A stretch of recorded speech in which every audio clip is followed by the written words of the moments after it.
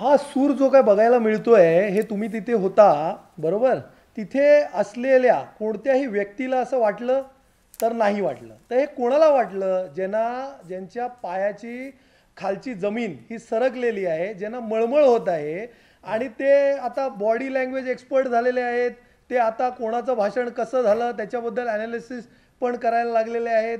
त्या उलट मी तर आत्ता या माध्यमातनं रुपाली ताईचं अभिनंदन करतो की त्यांनी मोठ्या मनाने जे खरं आहे ते जरी ते वेगळ्या पक्षात असतील तरी त्यांनी ती खरी परिस्थिती ही या माध्यमातनं जनतेला सांगितलेली आहे. पण काही लोकांना जर मळमळच होत असेल, काही लोकांना जर पोटात पोटशूलच उठला असेल तर तशा लोकांना आता काय म्हणावं. आता इतका आनंद महाराष्ट्रभर सगळ्यांना झालेला आहे. आपण जर पाहिलं तर आता मी नाव नाही घेत पण काही टी व्ही चॅनल्सच्या न्यूज रूममधनं व्हिडिओज आलेले आहेत. तिथे काम करणारे जे कोण बॅक ऑफिस स्टाफ असेल त्यांना आनंद झाला. तर ते काय शिवसैनिक होते का महाराष्ट्र सैनिक होते.